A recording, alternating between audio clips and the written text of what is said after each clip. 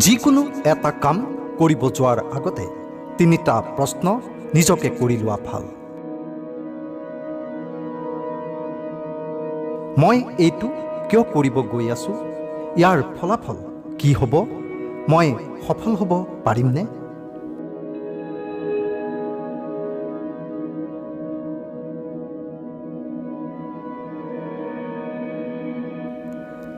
সফল হ'বলৈ ভাল বন্ধু আৰু বহু বেছি সফল হ'বলৈ ভাল শত্ৰুৰ প্ৰয়োজন।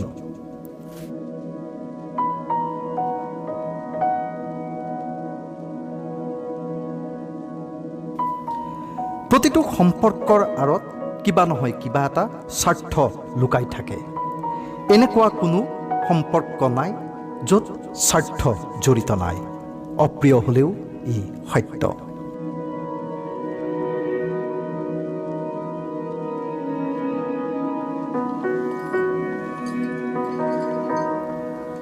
দুষ্ট মানুহৰ মিঠা কথাত কেতিয়াও বিশ্বাস নকৰিবা। তেনে মানুহে নিজৰ প্ৰকৃত স্বভাৱ কেতিয়াও ত্যাগ কৰিব নোৱাৰে। যিদৰে সিংহই কেতিয়াও উপদ্ৰৱ কৰা বন্ধ নকৰে।